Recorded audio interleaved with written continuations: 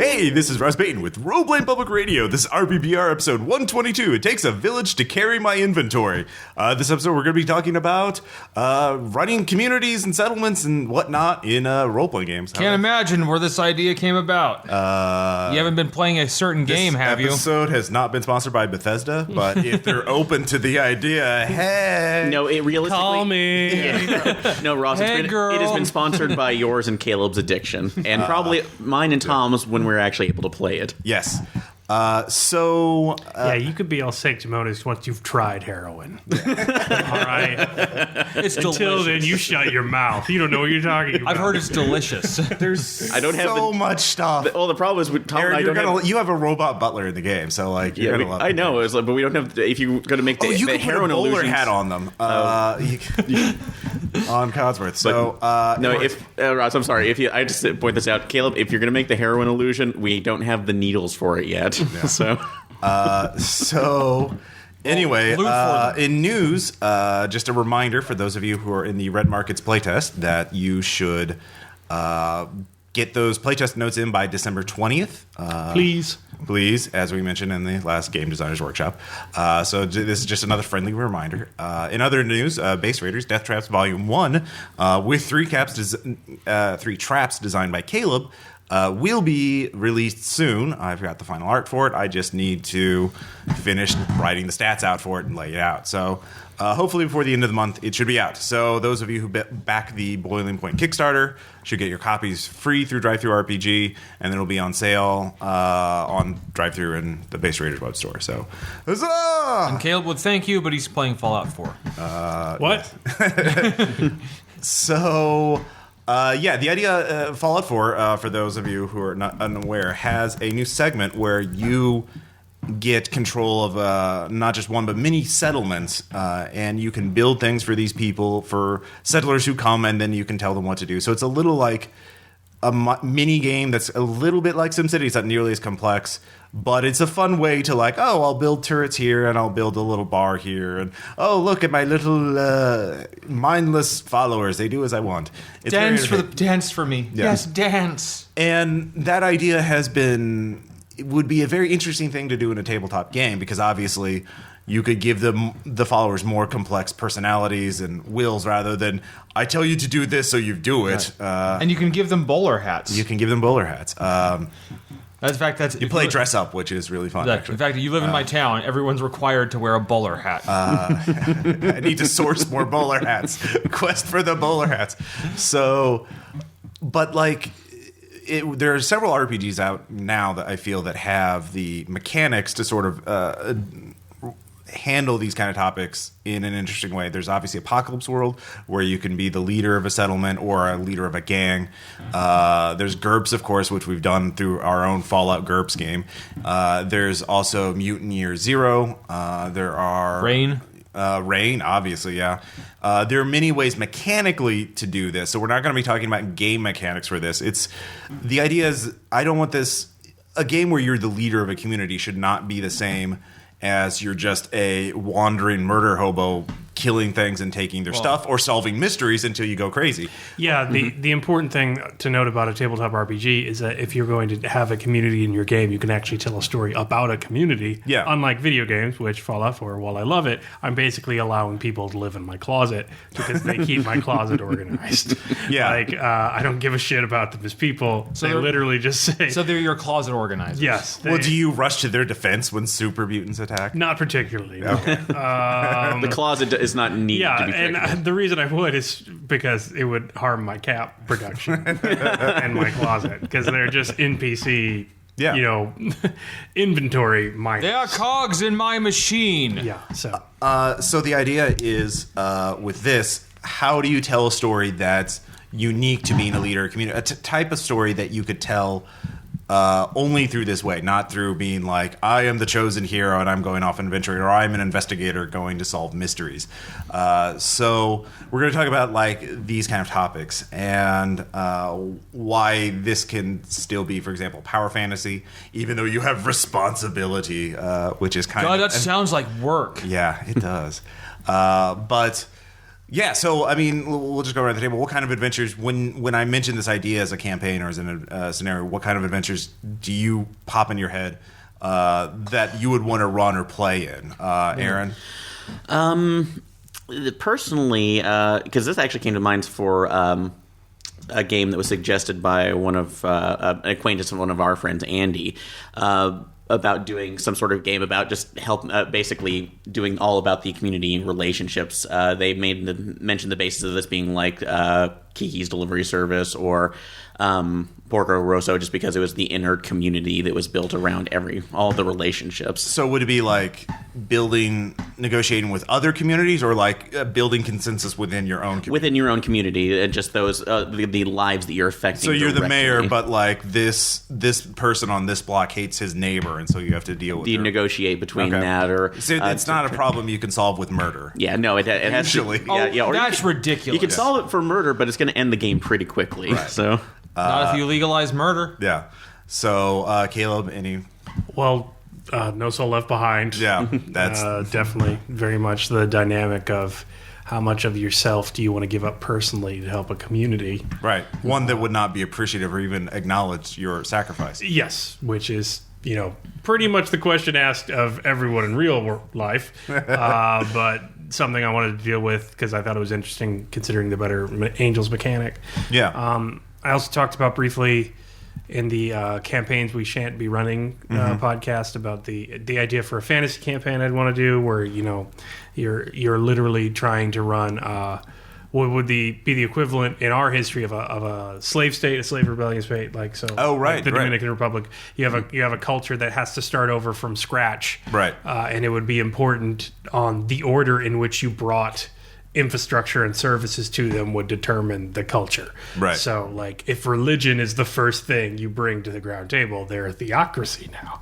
And then that gets complicated by whatever you bring in second. Right. But if you bring in, like, scientists or something, now they're technocrats or, that kind of stuff. So I think that's interesting.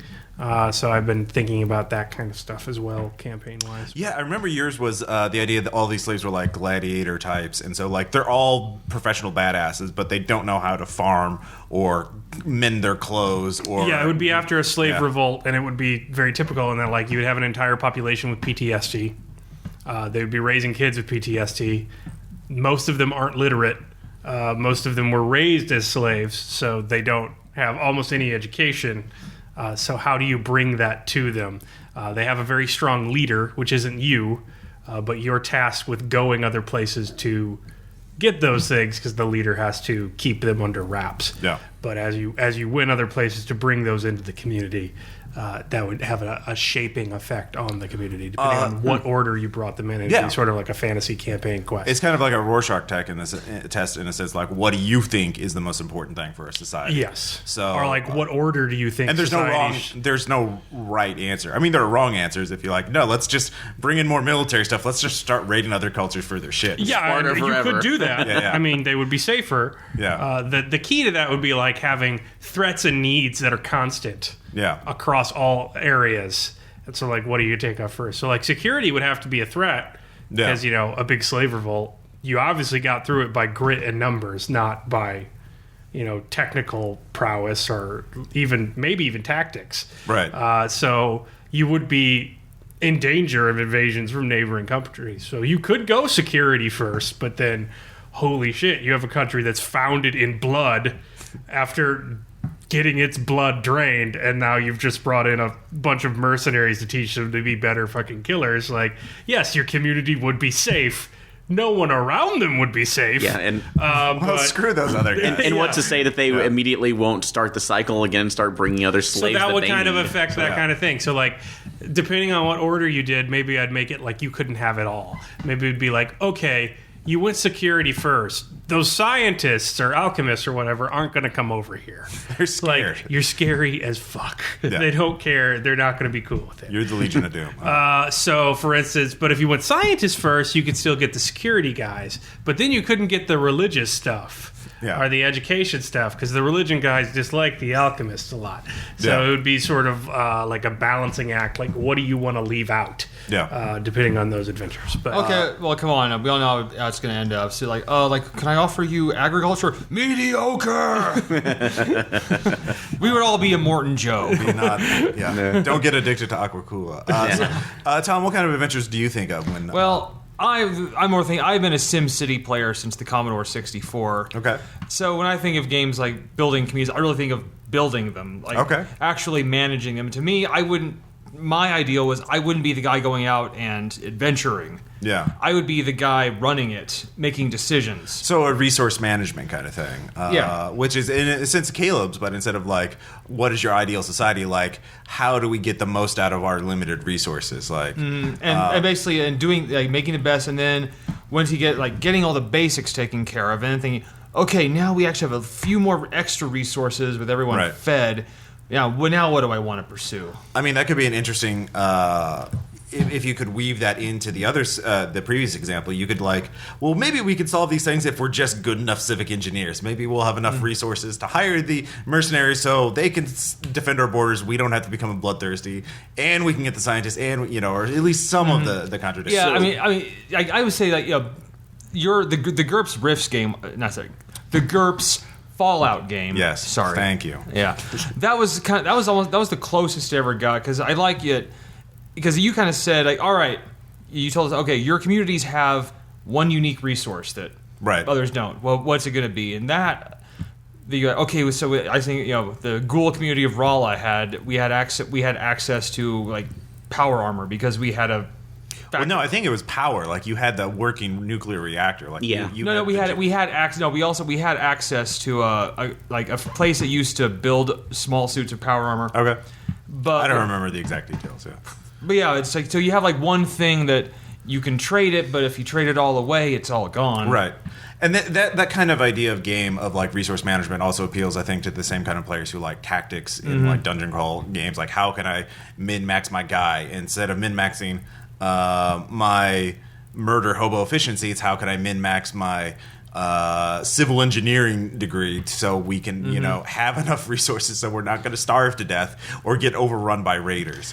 I think it's important to note in a tabletop RPG, though, is that while SimCity and stuff like that and Fallout and stuff is great, those are largely cosmetic changes. Yeah, and cosmetics breeds character, but other than flavor text, which is only engaging the GM at any one point and maybe engaging some players, you're not going to get a lot of player buy-in on well, now it's blue paint, or now it's super tall. Right. Those descriptions should be in there, but they have to fundamentally change the characterization of the NPCs. Right. Because they have to provide some sort of tangible mechanical benefit that has an impact on the game. Right. I think that's the case. So, for instance, in Fallout, I think it's largely cosmetic and the joy of making different stuff. Because even when you have stats on your settlements, and that's nice, I mean, you have to do a lot of work to get that to come up with any kind of tangible benefit to your individual character in terms of caps and stuff they own.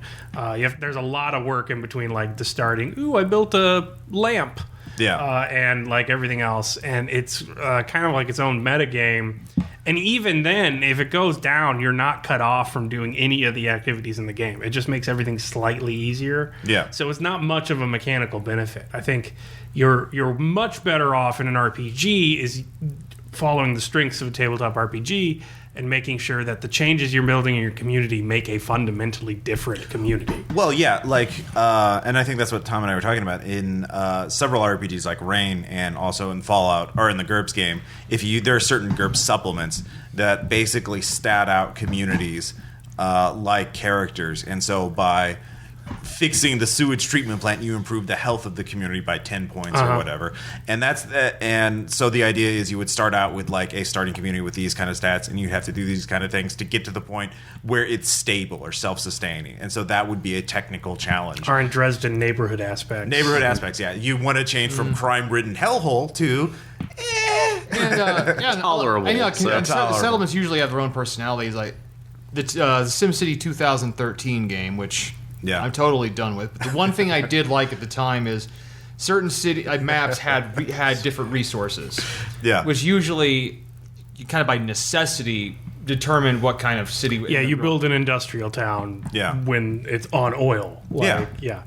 No, that's an excellent point. But I mean, yeah, that's another thing. So I mean, already we're coming up with the idea like these kind of games could either be like technical challenges, or they could be storytelling focused or morality kind of a narrative thing. I mean, or both. Like you could interweave it or well, mix actually, and kind of match interesting. kind of Like the game that was based off of Fury Road. The video game. It was kind of like fighting over control of Gastown, the Bullet Farm, and the Citadel. All of which they're basically cities. They're actually kind of like they're SimCity 2013 cities. Gastown had oil supplies. Yeah. The Bullet Farm had minerals, and the Citadel had water. Okay. Essentially, it's like they get along by trading back the one resource they have back and forth to get the others they don't have. Yeah. Right. Trade. Which kind of like they say, and that could be another thing, like actually negotiating business, like arranging trade deals with other communities in order to increase the wealth and prosperity and security. But you also and also trade also creates changes to your culture, for example. Yes, very big changes. So like that's why Enclave generation is such a big deal. If you're going to run a campaign in red markets, you have to know where you're at and what you have and what you don't have.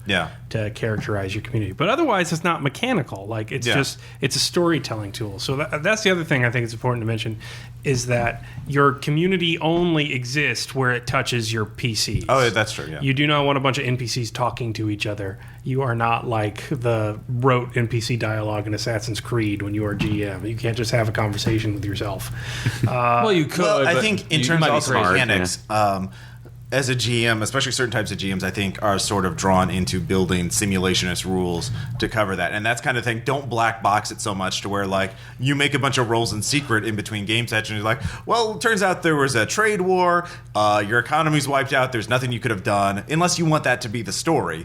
Yeah, but then that robs the players of almost any agency. Yeah, well, I mean, to a certain degree, community leading is about dealing with things that you don't have control over, like a natural disaster or stagflation or what have you. Yeah, and like, but you can't just do that as a matter of like the rules in this black box that the players have no access to says I should do this. Well, I mean, the reason I mentioned that it can only exist where it interacts with the PCs is because the danger of overworld building, which is a big danger if you're a GM because that's your primary activity. It's what you want to do. So you do it, and that's great, but the danger of that is that you don't leave any blank space for the players to have impact. And if we want to talk about mechanics, you talk about like the Quiet Year, you talk about Dungeon World, you talk about anything where you have these like group building map mechanics or Dresden Files or anything like that. It's all about leaving blank space for the PCs to make their impact because that's the primary benefit of running a community-based game is that they get to see the tangible agency and stakes of their actions rather than just go in whole, kill goblins, steal stuff, leave. So that's what you really have to watch out for because if you overworld build, you might find yourself not leaving enough room for your PCs. Yeah. And then if you overworld build, you might find yourself not using your time well because like if they don't touch on the trade war and they don't give a shit, then what about the 3 pages you just wrote about the trade war? That could have been stuff that they actually touched in the game and was part of the game. So I think that stuff is useful though if you are improving because like that's kind of my goal for Enclave generation. It doesn't have a lot of tangible benefit mechanically to the game other than it lets the GM come up with better jobs. It's hopefully evocative for what kind of contracts are offered at that place. And then finally, it helps you bullshit when the players want to interact with a part of the community that you didn't quite anticipate. Because if you know all those other elements and you kind of have a basic history in your mind, it's much easier to come up with that than when you come in and be like, where do I get a haircut in this place? Yeah. And you're like, you can come up with something faster if you know it is La Corbusier college campus. Oh, there's a group of art design students that came up with a barber shop, and that's how they run their, for bounty. And okay, I can came up with that because we came up with a page description. We have a big Rico's Pizza here. Yeah. It's about the flavor of the community too, because I mean, the whole point of this is to run an adventure or campaign that is different than like your murder hobos or your investigators, and you have no ties to the world. So like if you make this community kind of generic, like what's the point? You know, so you don't want it to be like Fallout where it's your closet but bigger. You know? Well, yeah, you want the PCs to think this is my community. It's your community, whether they're running it or just a member of it. You're part of it. But they have their own lives. In fact, that you should give them some pushback from the community. Like the random citizen bitches to them about like, oh, the sewers backed up again, or goddamn goblins got my garbage again. Or like players that go adventure a lot get famous, and there's like, look, we'd like you to take a more active role in the community. Yeah.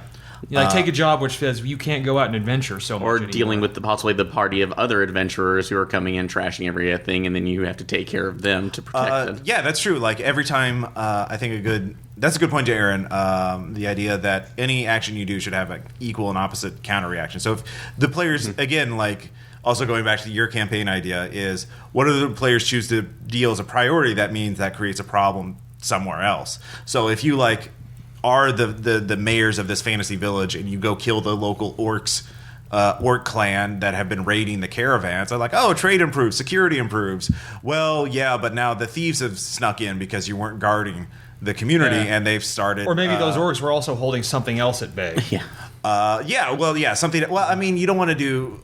I mean, to a certain degree, that's fine, but I don't want like it's just like, oh, a new monster of the week comes in. You kill the orcs, and then that brings in bugbears. Bugbears bring in hill giants, and like they were holding off the gorillas, and they were holding off the sharks, and finally, Demogorgon moves in next door. Yeah, it's weird how the threats have just been level appropriate for us every single time. Like, I feel like that you want to create different problems. Okay, yeah. By the time you get to epic, it's like, Demogorgon's house, like he's got a bunch of rusty cars on the lawn. He's really not keeping his yard up. You need to go talk to him. One kind of an adventure, I think, is also because you're the leaders, you're the ones that have to take all the problems of the community. So, like, for example, if the trade comes in, that changes culture. So if a missionary comes in of some new religion and converts a bunch of people and they demand changes, that could be different. Or just the people are like, we're really uncomfortable with the fact that you're a necromancer and you've been raising the dead. I know you're not taking from our village graveyard, but it's just creeping people out. Can you cut back on the necromancy? Well, I need that necromancy to kill the villain. I used it you didn't complain when I killed that dragon. Oh, yeah. And then the necromancer appeals for equal rights for undead. Right. So, I mean, like, that's the thing. Like, having pushback from followers is a thing. Yeah, and I don't think you even necessarily need to be the leader of a community, but I don't think there's a point in doing a community-focused game unless there's a lot of agency for the players. Yeah. Because, like, that's I mean, it's still a mystery game, really, only instead of trying to find a central question and trying to find a elusive villain, the question of the game is what are we going to be able to turn this place into? What is this going to be by the time we are finished? How can I profit? Is it going to be a steaming hole in the ground, or love it or leave it, beautiful like metropolis? So I don't think you need to be. I don't even think you need to necessarily be the leader, because you talked about don't burn down the whole town while they're gone, and something like that. But you are right in that a lot of times you don't have complete control of your community. So maybe a huge fire starts. How much of the town do you save? Like, that's still agency. Like, we were there, we were responsible for this that happened, we were responsible for that happened. So, like, in Better Angels, you guys, no one was really the leader of the school, and even that person is politically checked and financially checked in so many different ways. No one has absolute control. Some stuff happens outside of your control. It's all about, like, how you deal with it, but how you deal with it matters. So, I've been reading Rat Queens, which is basically set in its own D&D universe. And that's like a perfect example, because the Rat Queens are not leaders of the community by any means. They are one of many adventuring bands, and they are often hated by the community because they get drunk and do drugs and start fights everywhere. And they bring their foes to the town walls trying to but they are also responsible for protecting the towns. But then they bring their foes to the town wall, and they get lauded for protecting the town from the foes. And then eventually they get caught up in a threat to the town that only appears to be their fault, but really isn't. And they end up saving the town and everybody inside of it. So, like, that they're not leaders of the community, but I think that's a wonderful way to deal with it. Like, this sort of tortured relationship with, like, there are a bunch of drunken, degenerate drug addicts, and some people prioritize that as way worse and hire assassins to kill them to, leave their perfect town right way.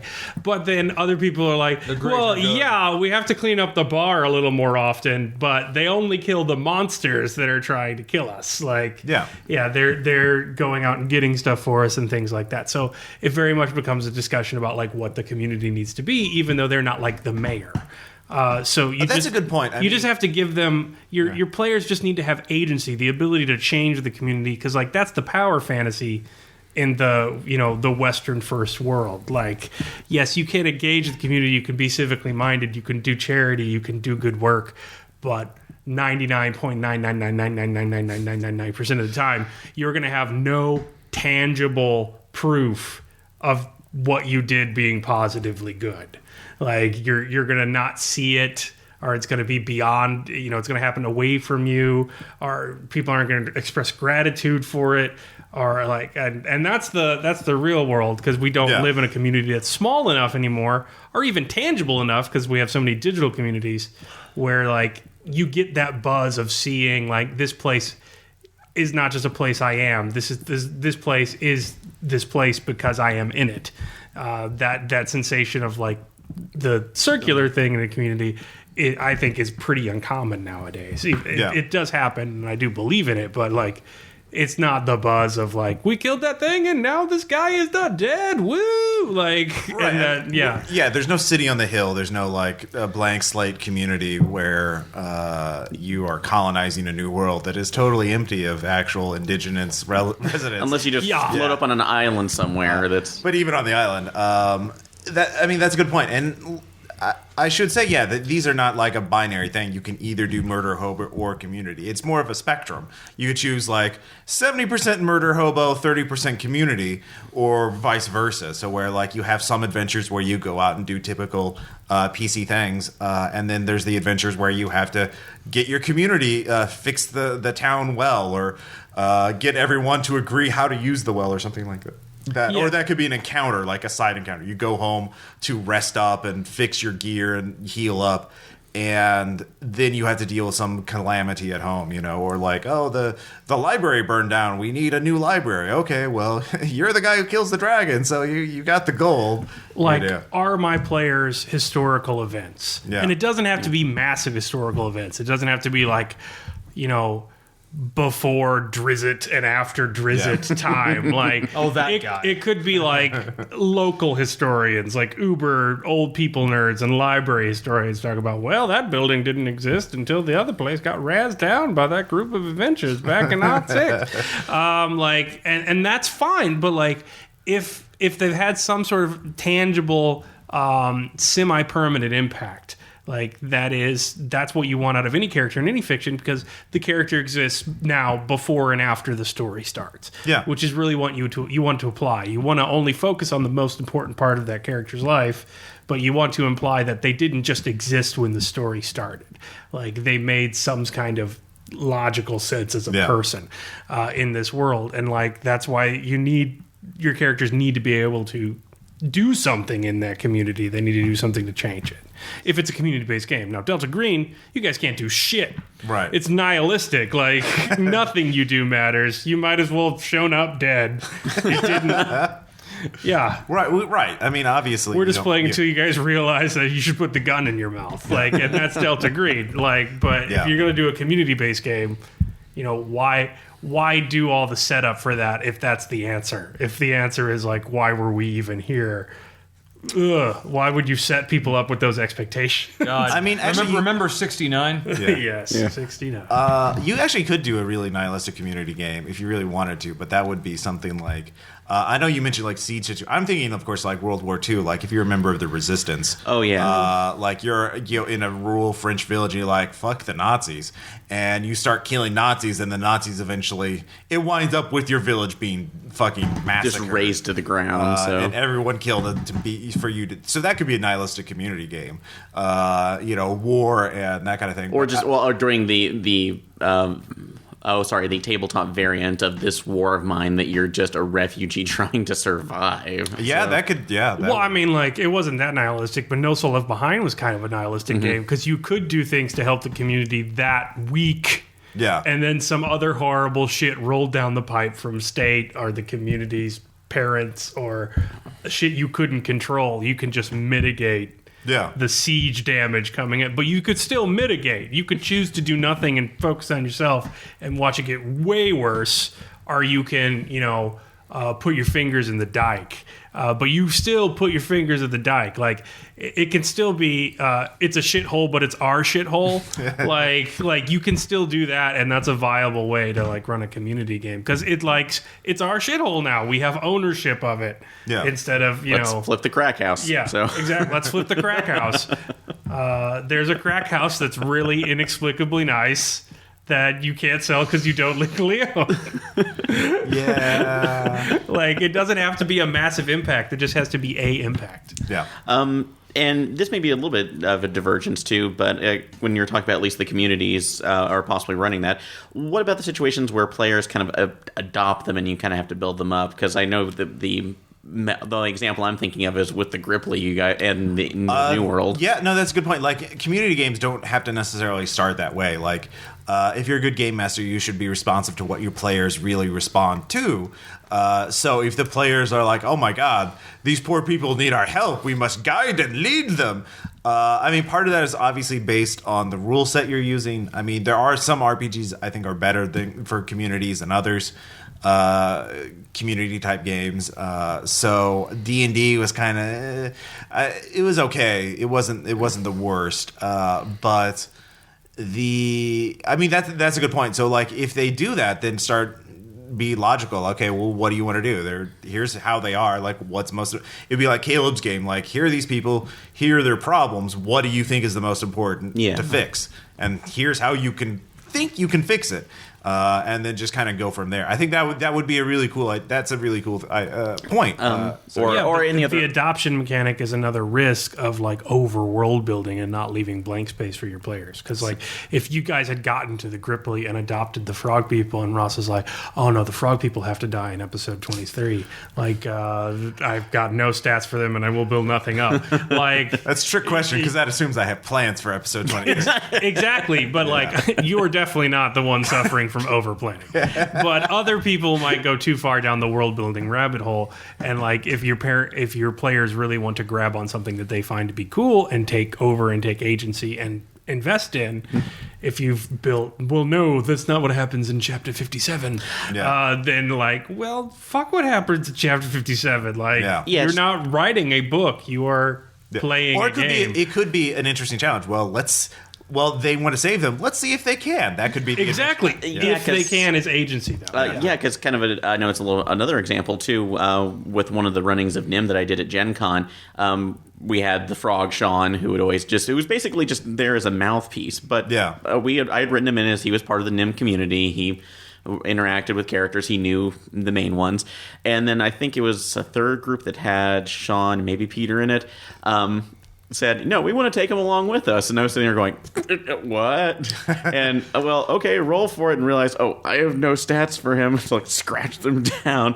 But they accepted, and they used him from there. So afterwards, any other plays I made for that, I altered to say, all right, if you make the appropriate rolls, you can bring these people into your community just to give them that agency that you were talking about. Yeah, that's a good point. Like, if they're members of the community and be like, hey, you look trustworthy, come join us. Yeah. Like, hang out with us. It's like, I'm suddenly becoming an NPC. Yeah. Halo's appearing. I have stats now. That's a good point. And also, I think it follows that, you don't know who your players are going to latch onto. Yeah. So be prepared for any NPC that you just happen to drop. Yeah. It might go, like, Balgrin the Fat must now be our economics advisor. Like, God damn it. That wasn't my reaction. I'd be like, yeah, sure, all right. But yeah, that's a good point. And that, you can trust me. Yes.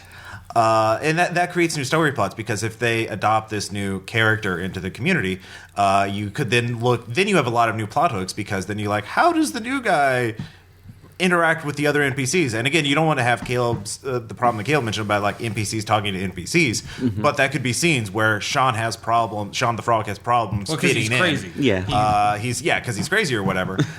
So he's eccentric. He's eccentric, but like the players didn't have an adventure or at least an encounter where they're like, "Come on, guys, Sean is cool. Stop being a dick to him," or like.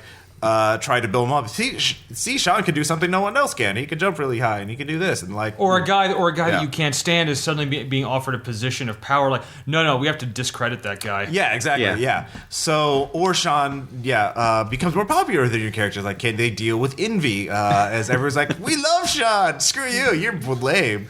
So that's another. And if you're gonna go NPC, and you're not afraid of giving up agency to your players, there's no reason you can't do it like Red Markets does, and like. Ask the person having the scene, like, do you want me to play the person in the community, or do you want to just offload that role and want somebody else on the table? Or have everybody, yeah, if they have no stats, if they have nothing else but a personality, I mean, build that up. Let the person be that PC's daughter, and somebody else be that PC's husband. So the game master doesn't even determine whether Sean the Frog is accepted.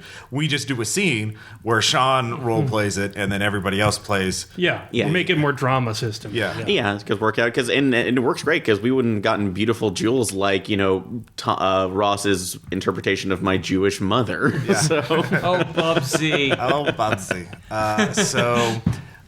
Those are good points. And some other things I thought that I've written down in our notes that we haven't really talked about. One is other adventure types. I know you mentioned this in our notes, doing sieges, which a siege obviously being like some place where the community is isolated, surrounded by a foe, and they have to survive with minimal resources as long as possible to outlast the enemy or to break through. Just completely do a Helm's Deep situation with that. So. Or the Helm's Deep, last stand kind of thing, which can be very dramatic as a tactical challenge, but also as a role-playing thing. Like, how do you convince you, okay, times are really bad. Things have not gone so well, so you have to do we save the remnant of a remnant and try to role play it so the king will lead that last charge? And then it comes down to priorities too. Do you all right, you warrior guys make a last stand while we evacuate the women and children, or do we put all the warriors in one big risky move to try and kill the enemy, but then if we fail, everyone's dead? Or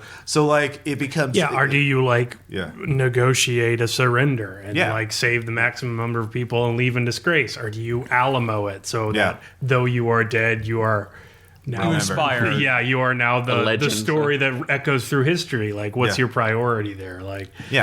This seems to be the common theme with being a leader of some kind is what is your priority? What are you willing to sacrifice both from yourself and from your community in order to achieve your agenda? And that seems to be the difference, because when you're a person by yourself, you're not responsible for anyone. You can just do whatever the fuck you want, and murderhobo. The most consequences are going to come back to hit you. But when you're a community leader or you're a person of importance in a community, your actions affect others, people who have nothing to do directly with you. Innocent bystanders are going to be affected by your actions, and that's a big, I think, theme, and that's something that separates these kind of games. Just your effect on the world overall. Or that the spy game you pitched for a bit that you wanted to set in Fallout. You're in a country in the midst of a civil war. And you could give yourself up to an imperialist power or one side of the other of the civil war. This sort of trifecta, and your students playing people against the middle in a sort of Casablanca-esque neutral city. That would be very interesting and cause a lot of agency. Exactly. That's actually I totally forgot about that. But that would be because you start actually as rather humble, but then you realize your actions will have incredible impact later on. You're a small person, but you're at the center of balance. You're at the center of balance. You can be the tipping point. You're the tipping point. Yeah, exactly. And so, what do you tip towards? Are you going to be a new organization who I don't know much about? I trust you because you're helping me now. You'll obviously help me in the future. Or do I betray you? Or do I... so I can sell you out to my former alliance, or just secret compromise between the both the factions. Well, it's a war. One of them's got to go. They're not. Or do I betray both sides so I can set myself to be an imperial warlord or my independent warlord? I think the way now I'm thinking about it, I think it's important to note that when using video games as an example, it's really easy to add new quests and new options. Yeah. So take, for instance, Skyrim, when I'm the chosen of at least 4 different religions. And the organization of... And the Dragonborn. Yeah. And the Dragonborn, and the head of a wizard's college, despite having no magic skills. Oh, God. And the this, that, and the other. Oh, yeah, and you're Thane of 9 different cities. Yes. Yeah. It's very easy to do more. Yeah. The reason people are coming to your game is because when your options are in there, they are significant, meaning that one option cuts off others.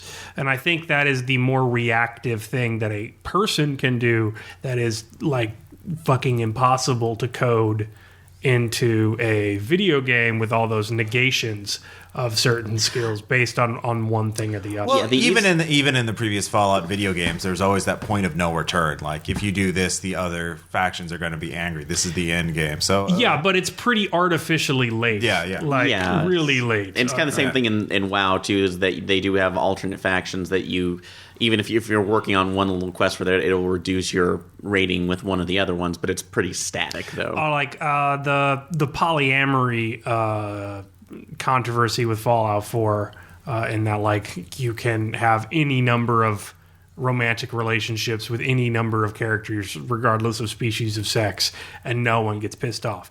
Well, look, I think that's really great, and I think it's awesome they included that and they weren't like shunning people like that. But you can have like 20 companions in the game, and the likelihood of them all just being down to clown with everybody else at the same time is fucking ridiculous. There is a romanceable ghoul in the game. Yeah, so, and the fact that like he's like in here with like the leader of the Minutemen and that robot with a buzzsaw arm, and like it's getting totally freaky and everybody's down with it.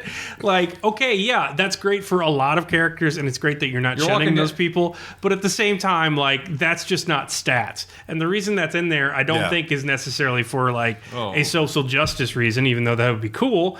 And I think it is social justice-y and progressive to include it. I think it's in there because it's really fucking hard to code. Like, okay, if I pick yes on this one, all of these have to automatically switch to no, and like mathematically doing that. So like what video games do in community stuff, it's like they always add more because it's much easier to add more. What you can do as a GM for a tabletop game is you can add consequences. Like you can add consequences to previous decisions. So it's great if you can add more decisions, but it adds stakes and it adds agency and it adds like weight to decisions when they have a trickle down effect, when you can't always go back and resave and do the other one. Yeah. That's a good point. You don't have you can't reload and save. Well, man, okay, that kind of sounds like walking down that hallway in the robot club you did on Friday. That's like you're seeing some freaky shit if you can romance all those characters. Yeah, that's true. But like, your power is in. We talked about priorities. Your power isn't in making more. Like again, I think that'd be an overworld building thing. More options is always nice, but once they start choosing options, you can make it add some verisimilitude in other options get closed off. Like if I support the imperialists legitimately and I'm not like double agenting them, it's going to be real hard for me to support the rebels or something else. You know what I mean? Yeah.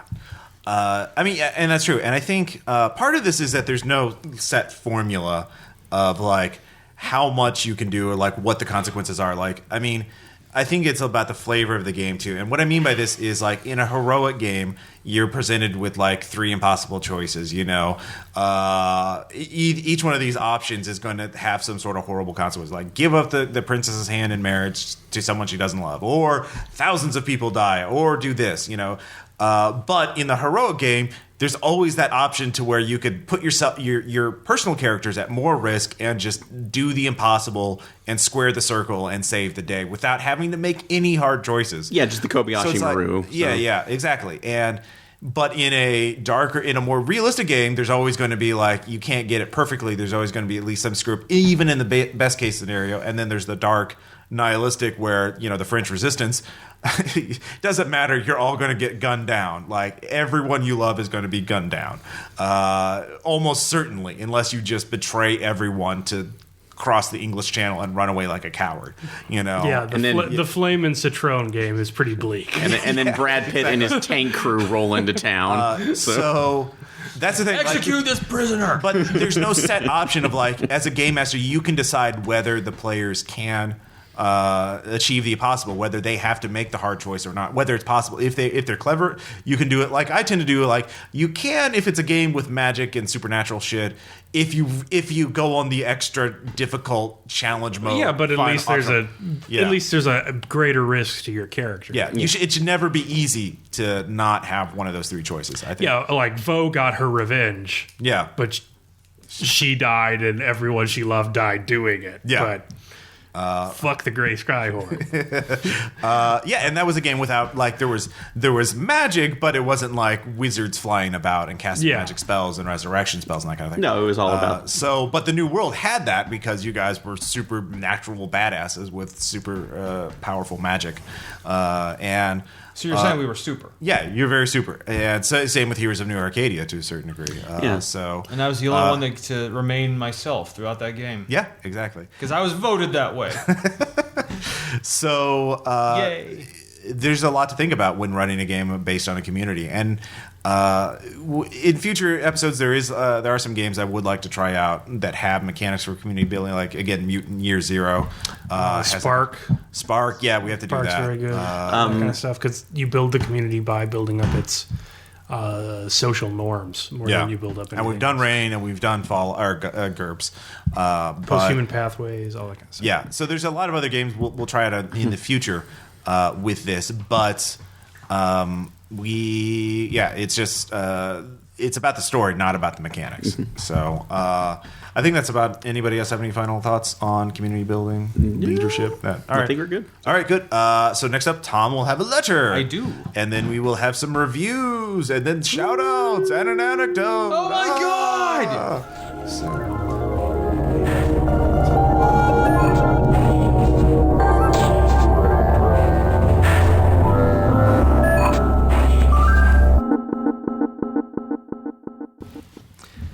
I'm not going to blow anybody's mind with the following, so I'll just come out and say it. Players in RPGs are harmless psychopaths. Now, I say harmless because nearly all players will never do anything that would actually cause a problem to society, apart from being resource-consuming drains on the public coffers. That and the aggressive immobility of many gamers could be considered another blight on our public image, myself included, but we are mostly harmless. But let's be honest, if the characters those players thought up actually existed in real life, our world would be thrown back to the primal law of survival of the fittest. The cities would also be ravaged places, where hordes of guns, sword, magic, explosive, and demonic minion-wielding PCs would be cruising around in their nuclear-powered road warrior vehicles or skeletal nightmare steeds, spreading violence, destruction, and cheap beer and ale across a blasted landscape.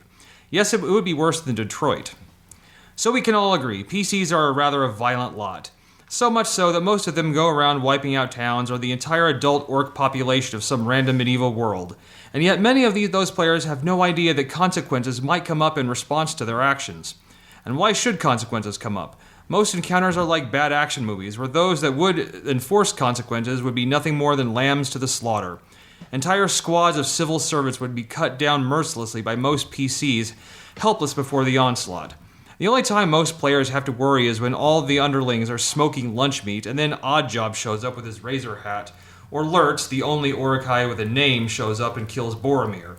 So many players go on about their business without a care in the world. And why is this?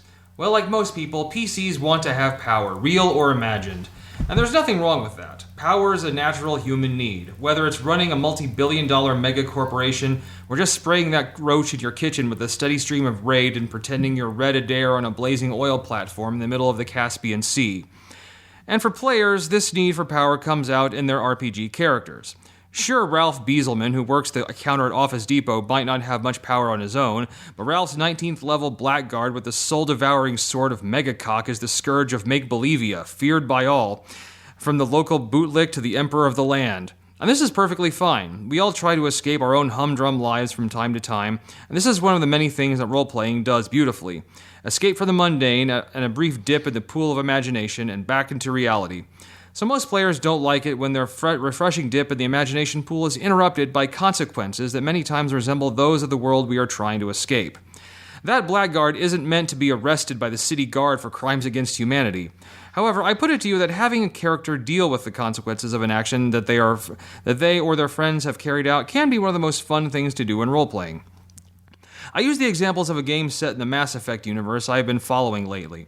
In one scene, the squad of human and alien badasses stormed a building that was being used as a mercenary base. The squad consisted of a wide selection of brooding heroes for hire, the kind of soldiers that would swagger through a room of criminals and demand that their leaders surrender them.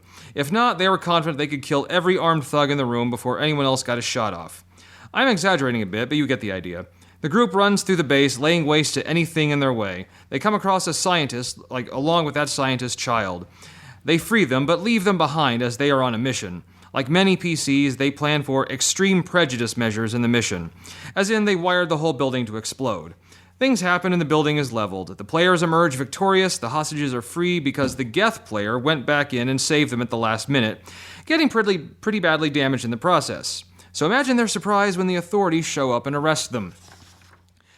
Now, many of the players didn't expect this, but it made perfect sense.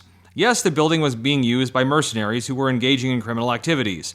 But it was still a building in the middle of a crowded city. It was blown up without any thought to what pedestrians might be right outside, and only one player went back to save the hostages. That player got praise from a canon character from the game, and everyone else was put on trial. And you know what happened? Many of the players found that the trial was a great scene to roleplay, and actually felt that understanding there were consequences to their actions that affected other people was a great character growth moment. Sure, some of the players disagreed, and some players still wanted more freedom to kill the bad guys as they wanted, without worrying about what might happen. That's okay too. That's what some players want, and if they can still work with the group, and if everyone is still having fun, it all works. Point is, don't worry if the GM suddenly hits you with a dose of reality after one of your PC's induced orgies of death. A good role player will recognize the possibilities in such a moment and may quickly find the experience worthwhile. My character Kyrop in Wild Talents is such an example, a career criminal who was finally forced to pay for the actions of his youth. And his trial and confrontation with his son was a great moment, and even the bad guys I killed in the game came back to haunt me. Bad guys who I had no problem crushing, mutilating, or dropping in an air conditioning on, and I had to answer for it, and it was all totally worth it. Now, I would like to now mention that this letter was actually written in January of 2012. I wanted to come back and see if I'd actually learned anything from it. And well, I thought, yeah, some things are different, like, Mass Effect, like that's even really a thing anymore. But I realized, no, I really don't. I sometimes think what could happen, like, fuck it, I want to do it. So I might actually in the future explore some of my old letters and see if I actually learned anything from the points I was trying to make.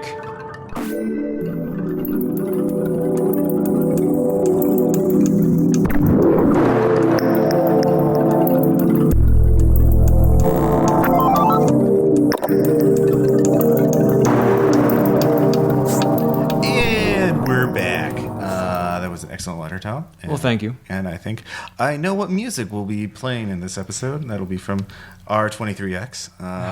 Is that Vaporwave, I'm guessing? It is Vaporwave. It doesn't sound very Vaporwave-ish to me. So wait. It's what? Vaporwave. Thank you. I got to say it right, Ross. Yeah. So I'll describe it a little bit later. But first off, we have not only shout-outs, a review or two, because Aaron has actually read a full book that we got a review copy of, She Walks in Shadows. Yes, this is actually an anthology of short stories that came out just this month or last month, officially, I think. We'll check on that when providing links. But it is an anthology of short stories written in the Cthulhu that's like the universe of the Cthulhu mythos, but all from female perspectives and female authors. Since, unfortunately, because of the times, Lovecraft stories can be considered kind of socially regressive too. If you just look at the name of his cat, I think you're kind of soft pedaling that. I am so much, but yeah, no, sexist, racist to a hilt.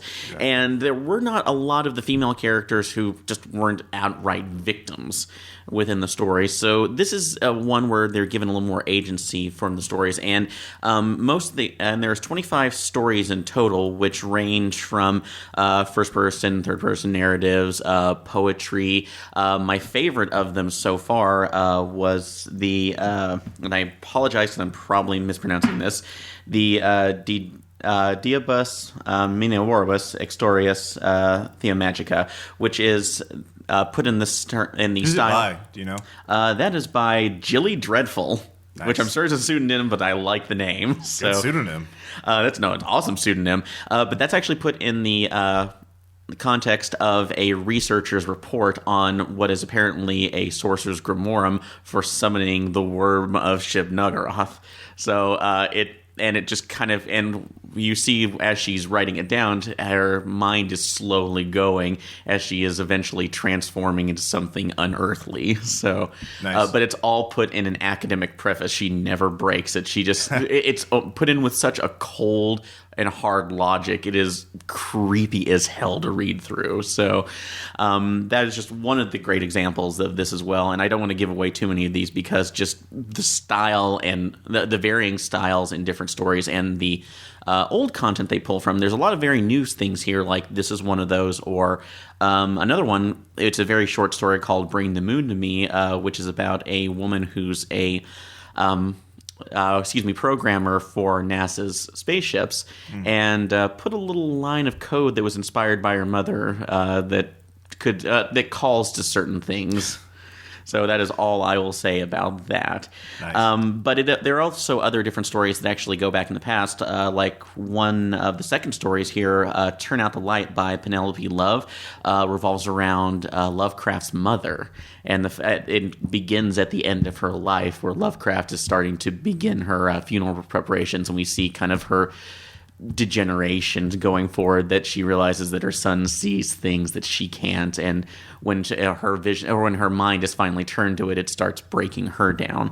Or one of the other ones in the middle of the book, which was Lavinia's Wood, which was the daughter of Whately, and it's going all from her perspective, right, through the sacrifice. And so they sound. So you would recommend reading this? Absolutely. So it is a great content, a great set of contents for stories, and highly recommended as well.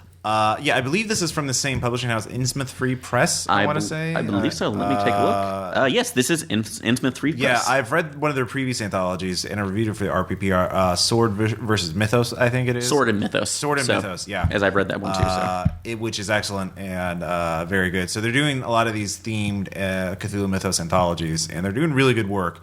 Yeah, if you like reading great short stories about the mythos, if it's any, it sounds like it's the same quality as Sword. Absolutely, yeah. Because the only difference is where Sword and Mythos was combining more of the high fantasy aspects of it and the Hyperion versions. I mean, the thing is, they're taking the mythos and they're spinning it they're pulling it outside of the typical stuff of what it usually is. You know, the New England creep factor.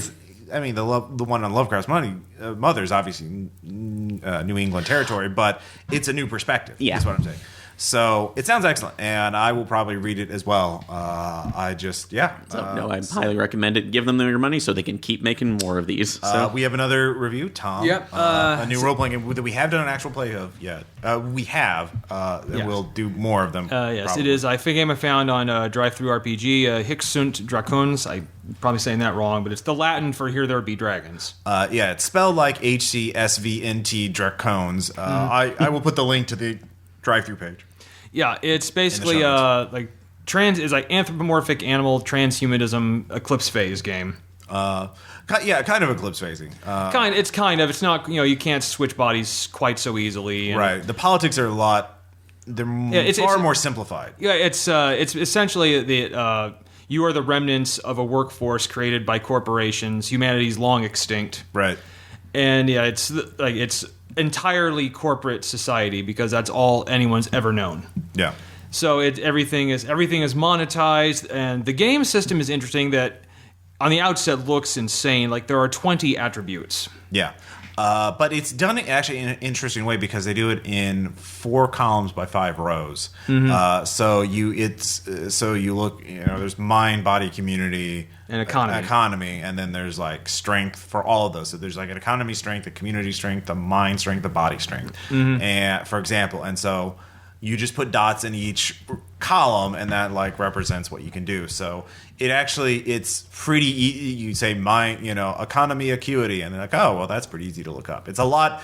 it's a more elegant solution than I would have imagined if you said there are 20 fucking attributes in the game. Yeah, because that kind of sounds slightly overwhelming, almost to like an alpha omega level. So. No, it's definitely the resolution mechanic's a lot easier than that. Yeah, but that's really not saying much. Like Cinnabar has a better resolution mechanic. Another thing I like, it's a lot of people think they think anthropomorphic game and they think I know exactly what this is going to be. Yeah.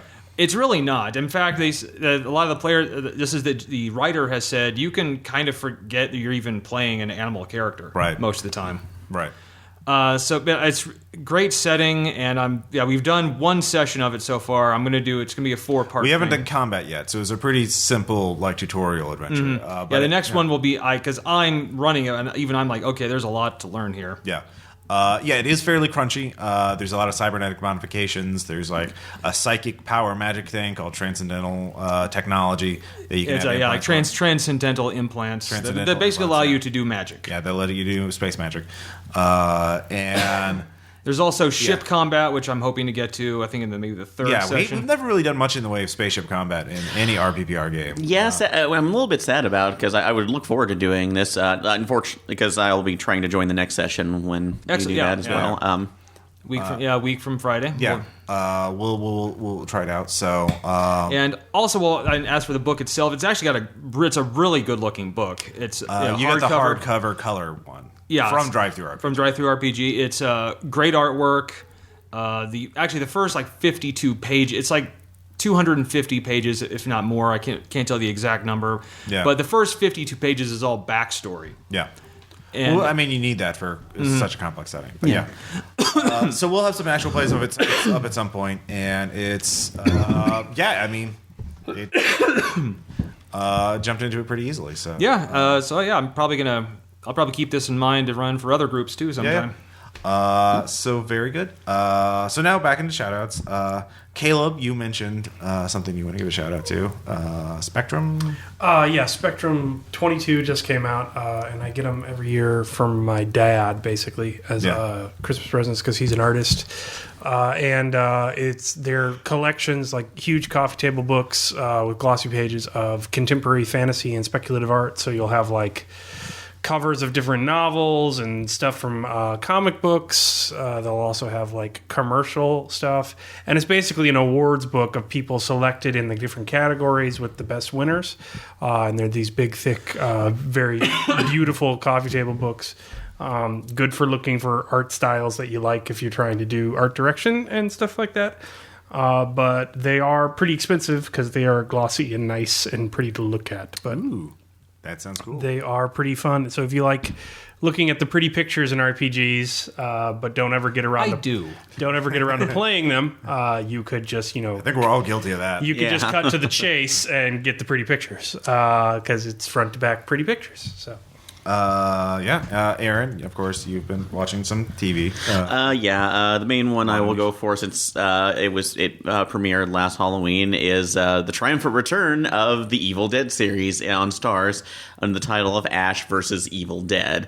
This is fully produced by Sam Raimi and Bruce Campbell, although I forget the names of the gentleman who's showrunning and directing it, but it is taking place after Evil Dead 2. I think the way that they've set the storyline up is that Army of Darkness either didn't happen, or if they did, they're going to reference it in some other way. But Ash is just schlubbing about in his middle to late years now in a trailer working at a, not S-Mart, it's another brand off of it. And one night while he's hooking up with some random woman who likes poetry, decides, hey, I'm going to read from the Necronomicon Ex Mortis. This can't have any problems, and of course it does. So he ends up getting some of his coworkers killed, his coworkers' parents killed, and now has to go stop the evil that he has unwittingly unleashed again because, as Bruce Campbell and Sam Raimi have said, Ash is just an idiot, and he's gonna take Ash, you can't read from the Necronomicon. That kills people. But the writing is as sharp as it was in any of the normal Sam Raimi productions. He directed the first episode. Every one of the new actors is great. Bruce Campbell is always amazing as usual, and they did drag in a couple of seniors, including Lucy Lawless, who is playing a related character to the series that I will not spoil here. Nice. Sounds very good. We'll have to take a gander at it. I want to give a shout out to actually first. I want to mention a movie that I watched recently, Bone Tomahawk, which is the second best Western starring Kurt Russell to be released this year. I'm guessing. I haven't seen The Hateful Eight yet, but I mean Tarantino that's a hard act to follow. Did it already come out? Or well, I'm just saying I haven't seen it yet. Okay. I don't think it's out yet. And okay. I'm guessing it's going to be better than Bone Tomahawk. But I mean, Bone Tomahawk has set a high threshold because it's a really good movie. It's also. Whoa, talk about gore. Like there's the thing, it's just a crazy movie in terms of its structure too, because it's a very kind of leisurely paced weird western horror film where the first act is like 40 minutes long and they don't even get to the inciting incident until then. They're just kind of like, here are these characters, they're just kind of lounging about. And here's Kurt Russell's the sheriff. Richard Jenkins is his deputy, who's like kind of the comic relief. Well, definitely the comic relief. And then Matthew Fox, that guy from Lost. He's the jaded gunfighter type. And then Patrick Wilson is the husband of a woman who's kidnapped by cave cannibals. They're cannibal cave people. They get a Indian scout. It's like, tell us where these guys are. It's like, no. Like, why not? I don't want to die. Well, and I'll tell you where they are, but it's the Valley of Starving Men. We don't go there, and they don't have language. Hey, they're prelingual. So you might want to watch it. Nice. Damn it. But yeah, actually, no. Holy shit! That they tie into God's Teeth so well. It's scary. And so it's about these four guys who go out to rescue the woman and the another deputy who've been kidnapping these cave cannibals for dinner later on. And so there's a lot of conversation, there's a lot of dialogue as they're just kind of moseying towards their destiny, and so it's a little kind of the same vibe of No Country for Old Men, that kind of thing, but like. I don't know.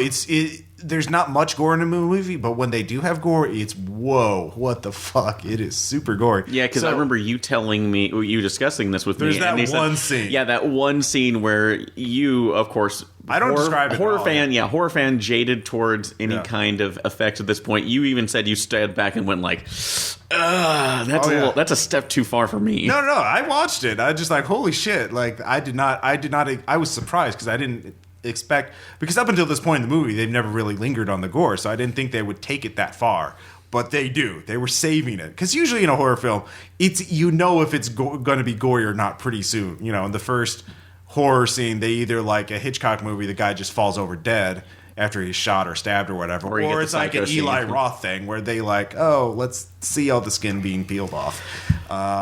So it's got great good dialogue. It's a great movie. Great acting. Kurt Russell is Kurt Rustling the fuck out of things. That's what you want out of Kurt Russell. I know, right? Like, I want Snake Plissken, damn it. Yeah.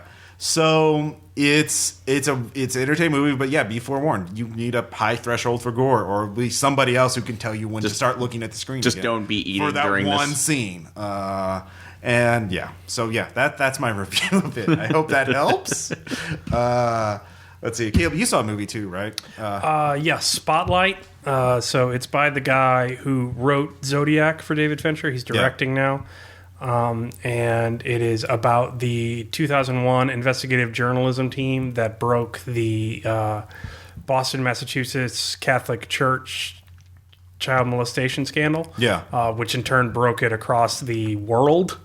And so it is a excellent investigative journalism movie, like up there with All the President's Men. It is very well researched, very realistic in how they uncover it, and some great acting. Michael Keaton's in it, Liev Schreiber, who plays the Hulk now. What's his name? Oh, Mark Ruffalo. Mark Ruffalo's in it. And yeah, everybody's just kind of killing it performance-wise. Did it come out this year? Yeah, okay. I saw it at the Moxie. So, okay. Yeah, it's just an excellent movie, gut-wrenching. Stanley Tucci, who I adore already. He can do no wrong in acting. Just fucking kills it as this Armenian lawyer who's not doing class action. He's doing individual cases against the church before the investigative journalists find him and kind of help him out bringing in the press. But he just plays this just irredeemable asshole of a man, just insufferable, like hard to watch on screen because he's not even like entertainingly abusive. Like he's just like dismissive and eye-rolly and like of everyone on the screen. And by the end of it, though, you realize, holy crap, he's a Delta Green character, because like he's the best character in the movie in terms of like morality and stuff, because even the journalists have like ulterior motives for doing it. It's very interesting, but his soul has just been ground to dust by his job, and he just keeps it. So like he's just this single dude who hates everyone and eats soup alone in the park in between like managing like 90 child molestation cases. And it was just like a really brilliant acting choice among many, because Keaton kills it as well. They do a really good job of it. So, not like a fun afternoon movie. No, definitely not uplifting. But there are some very cool shots of it.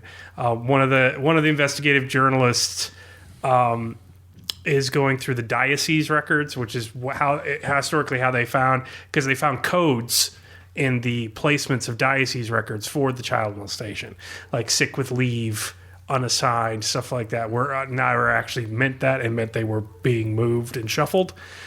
So there's a big part of the movie where they're just poring over these basically phone book directories of all this kind of stuff. And there's a scene where the guy's going over through the phone book directories, and they're using with rulers, and he's in the middle of his house at night, and he just stands up, and they don't explain what's happening. He just stands up and runs out of his house.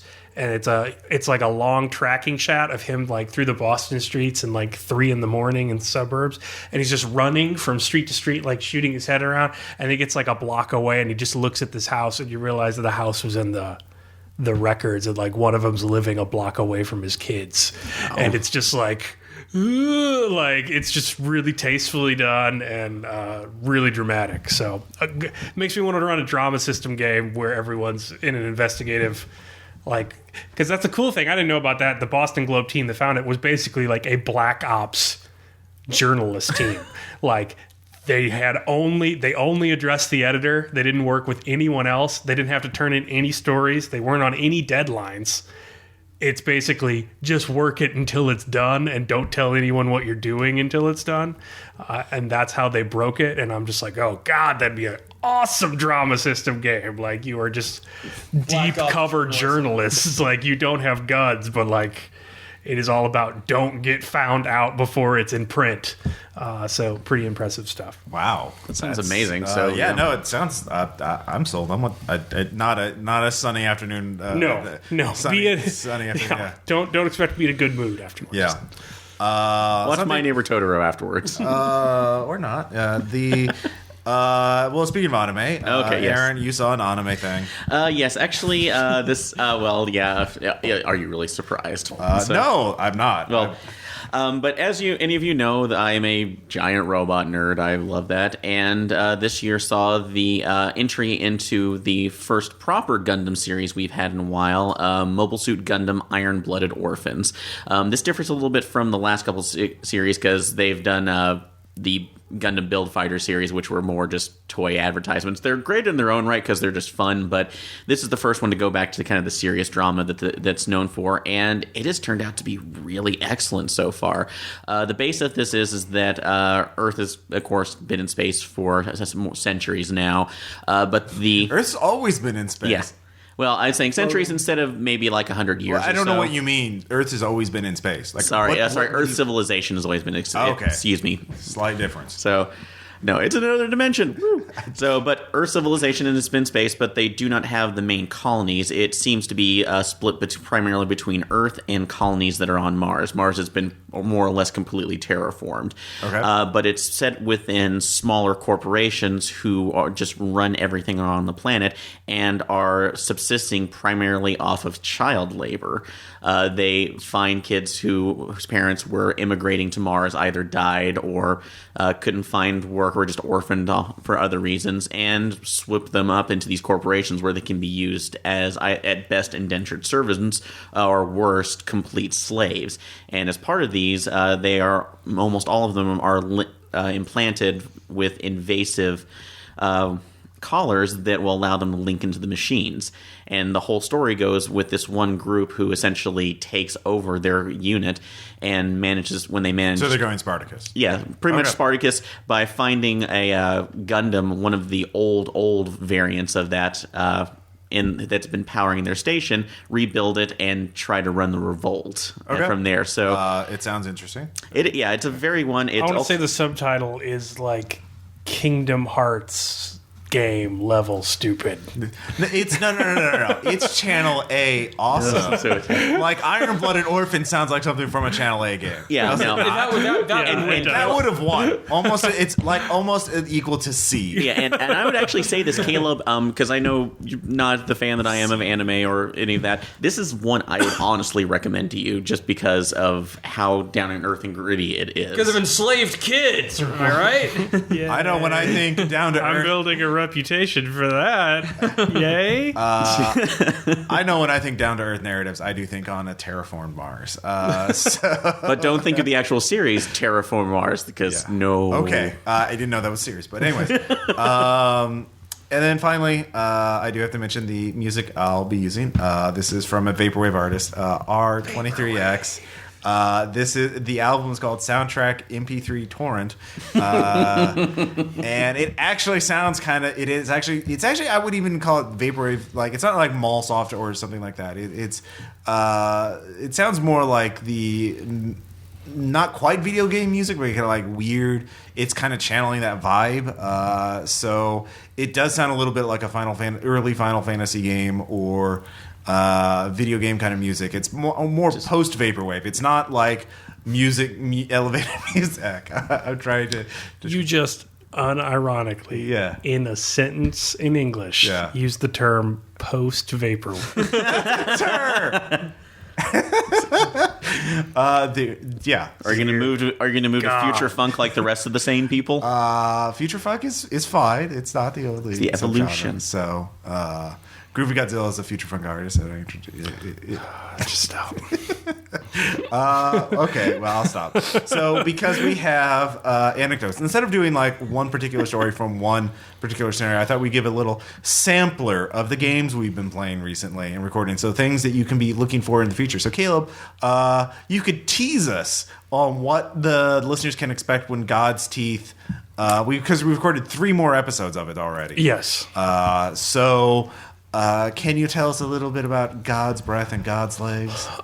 So God's Breath, they find something very wrong in the legal marijuana industry in Denver, Colorado, and they have to take some extreme actions in what is the most regulated, most watched industry in the country right now. And you did some research for this, like I did quite a bit of research. I watched a lot of documentaries about it and read up on it. So basically, it's like The Wire, only the organization you're tracing is pretty much entirely legal, and so it's trying to find the illegal parts, trying to make those illegal parts look sane and part of our reality, and so justifying that.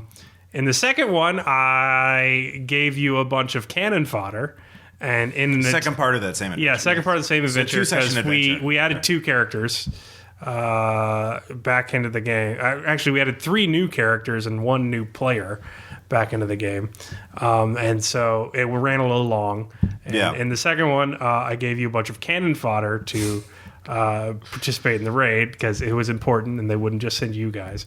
But I wanted to make it like, okay, don't just spin them frivolously, so I gave them all names and detailed personalities and all reactions, and that did nothing to stop them from just feeding them into the meat grinder intentionally as useless pawns. So if you want to hear... They were far from useless. Yeah, if you want to hear Ross's character just... And it's almost as if you got confused when you were like, yeah, no, you're bait. And they were like, I don't want to do this. Yeah. And you're like, wait, why not? I I don't understand. So there's a good 30 minutes of role playing where like the sociopathic PCs just can't understand why these people don't want to go out there without support to die. Oh well, no, because we tried to set it up for support and to make sure that they were going through, but then of course I got berated and failed rolls. Yeah. We there were certain things happened. A certain sense of something. Yeah. Well, you did try to send one of them out in deep cover with no backup whatsoever. Yeah. Yeah, but we eventually gave her backup, and that it worked great. Yeah. And to be honest, I was again, that was the things we weren't expecting. Yeah. All right. And to be honest, with that backup, I was willing to go with it. I just didn't know how you were going to split the team up at that point. So I didn't want to split anything up. It was up to us. That was up to you guys. And then God's Legs is basically a locked room mystery adventure. But my special forces guy was very useful. I ran into a playtest issue in that I think it would work very well as the first adventure of a Delta Green campaign. But as everyone was extremely paranoid already, it became the problem of how them to get into the room that they all obviously knew was haunted and going to kill them, which I managed to do through hours of psychologically manipulating both the PCs and the players themselves. So that was interesting. A lot of note passing. To try and do a lot of note passing, a lot of note passing, a lot of paranoia, a lot of guns being held to other PCs' heads. But it worked out because they went into the crazy room. Not all of us, but someone did. Yeah. So I could do the majority of stuff I've written. So by God, you went in that fucking room. It took a little longer than I'd hoped. But you're welcome. They went in the room, and some story happened. Yay, story! Which was the problem before that. No, there was still a story. I mean, it worked out. It was very tenuous. I will need to tweak that before it is fully written. Do you feel like we were just running around avoiding I don't think just anyone could run that. You definitely need something playtesting from other groups with just written stuff. It was very 1408. Because that was very idiosyncratic based on. Because I know other players that would just sprint from the plot. Yeah. As fast as possible, and then blame their GM for not having a game. It wasn't you guys. Yeah. I know other groups would do that. Okay. All right, fair enough. Let's see. So that's something you could be thinking about, or that I got accused of railroading for the first session of Better Angels because it was set in a school. Oh yeah, that's right. Yeah. Okay. The setting is a school. For legitimately every adventure, it's on the cover. When did this railroad? No, I don't want to go to school. Why are you? All right, the setting's space. Yeah. It's in space now. It's a space school. Yeah. I don't want to be in space. Well, when did this railroading occur? That was playtesting feedback. Wasn't it? Okay. So, yeah. If that's where do you want to go? Austria? If the going to the plot is a railroading, then that will need some work. But it worked out. It worked out. We've been playing some other games. As I mentioned on the Facebook group, I've run Monster of the Week, which is an Apocalypse World game. I had one very good session with, Aaron, Faust, and Sean. And it was set in Taos, New Mexico, because that was the place they decided to set it. The Taos hum. And I based the adventure on... a book I'd found called Stories for Good Children, which was written in 1905. It has some creepy ass illustrations of fucking monsters attacking children and shit like that. Because that's how they thought children would be.